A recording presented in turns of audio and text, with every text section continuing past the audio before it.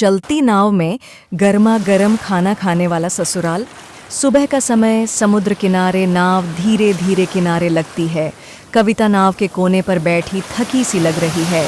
कविता धीरे से बोली, चलती नाव में गर्मा गर्म खाने वाला ससुराल सुनने में तो कितना अच्छा लगता है, लेकिन असल में मेरी जान निकल जाती है हर बार। तभी उसका पति अमन बोला, क्या हुआ कविता, फिर वही गुस्सा? गुस्सा नहीं अमन, थक गई हूँ मैं। सब लोग घूमने आते हैं और मैं बोट पर सिर्फ रसोई संभालने। कभी सोचा है मैं भी समंदर देखना चाहती हूँ। अरे सब मिलकर करेंगे ना अगली बार, तू परेशान मत हो। कविता हल्की मुस्कान देती है, पर उसकी आंखों में नाराजगी साफ झलकती है। 2 महीने बाद घर में फिर से चर्चा शुरू होती है। माम, इस बार बड़ी बोट से चलेंगे। 3 मंजिल वाली बोट है। नीचे किचन, बीच में ड्राइंग रूम, ऊपर बेडरूम्स। मजा आ जाएगा भैया, चलिए ना प्लीज। हाँ बेटा, इस बार तो जमकर मस्ती करेंगे। सभी खुश हैं, केवल कविता का चेहरा थोड़ा गंभीर है। कविता मन में सोचते हुए, मस्ती सब करेंगे, काम मैं करूंगी, बस वही पुरानी कहानी। फिर से नाव पर बोट तैयार है।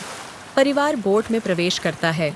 सुनीता देवी कहती हैं, अरे वाह, कितनी सुंदर बनी है ये बोट, चलती फिरती हवेली लग रही है।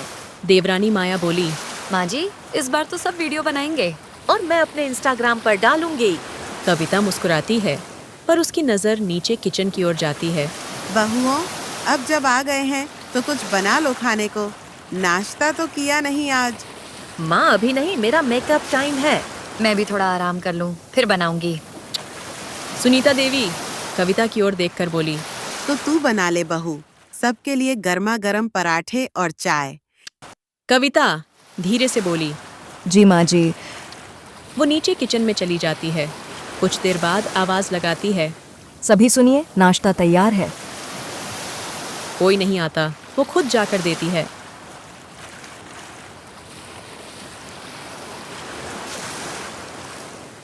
अरे बहू, ठंडा है ये तो, गरम करके ला। बोट में गर्मा गर्म खाना ही अच्छा लगता है। कविता चुपचाप नीचे लौट जाती है।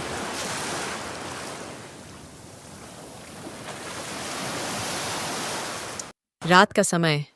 बोट समुद्र के बीचों बीच है। लहरें हल्की तेज हैं। कविता किचन में बर्तन धो रही है। कविता धीरे से खुद से बोलती है, दिन भर रसोई, ऊपर से सबकी फरमाइशें, मुझसे अब नहीं होगा। अचानक अमन अंदर आता है। कविता, माँ बुला रही हैं, कह रही हैं कि डिनर में खीर भी बना देना। कविता थक कर बोली, अमन, एक बार तो तुम भी बोल दो ना कि तुम्हारी बीवी इंसान है, मशीन नहीं। अमन थोड़ा झेंपते हुए बोला, कविता, तू ज्यादा सोचती है, माँ तो सबका भला चाहती हैं। भला या बस रसोई में बहू का इस्तेमाल? अमन चुप हो जाता है। बाहर तूफान के बादल गरजते हैं। रात गहरी हो चुकी है। हवा तेज चल रही है। बोट झूल रही है। सभी डर गए हैं। नेहा डरते हुए बोली, भैया, ये बोट हिल क्यों रही है? लगता है तूफान आने वाला है। अरे कोई नीचे जाकर देखो कि पानी अंदर तो नहीं आ रहा। मैं जाता हूँ। अमन नीचे दौड़ता है। देखता है कि किचन में पानी भरने लगा है। अमन चिल्लाते हुए बोला, पानी अंदर आ रहा है, सब ऊपर चलो। सभी ऊपर छत पर इकट्ठा होते हैं। अब क्या करें माँ? सुनीता देवी घबराकर बोली, हे भगवान, अब तो बोट डूब जाएगी। कविता संयम से बोली, माँ जी घबराइए मत, ऊपर वाले के कमरे की खिड़की बंद करनी होगी, मैं जा रही हूँ। नहीं कविता, तू ऊपर मत जा। अगर वो खिड़की नहीं बंद हुई तो पानी भर जाएगा। कविता ऊपर जाती है, जोर से खिड़की बंद करती है। बारिश में भीगती हुई वापस आती है। बोट धीरे धीरे स्थिर होती है। सुनीता देवी सांस छोड़ते हुए बोली, बच गए हम, भगवान तेरा लाख लाख शुक्र। सभी चुप हैं। कविता थकी हुई एक कोने में बैठ जाती है। सुबह होती है।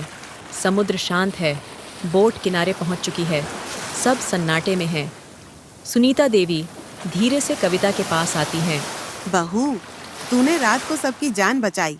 अगर तू हिम्मत नहीं करती तो हम सब डूब जाते। कविता थकी आवाज में बोली, माँ जी, मैंने वही किया जो हर औरत करती है, अपने परिवार को बचाने की कोशिश। सी सुनीता देवी की आंखें नम हैं। वो बोलती है, अब मुझे समझ आया, तू बोट की रसोई में नहीं, इस घर की जान है। माफ कर दे बहू, आगे से तुझ पर बोझ नहीं डालूंगी। सच कहूँ कविता, तू ही मेरी ताकत है। कविता धीरे से मुस्कुराकर बोली। अब अगर बोट पर आएंगे तो सब मिलकर काम करेंगे। चलती नाव में अब सबका खाना गर्मा गर्म बनेगा, अकेले मेरा नहीं। सभी हंसते हैं। कहानी अच्छी लगी हो तो लाइक करें और चैनल को सब्सक्राइब करें ताकि हमारी नई नई वीडियो की नोटिफिकेशन आपको मिलती रहे। धन्यवाद। जय श्री राम।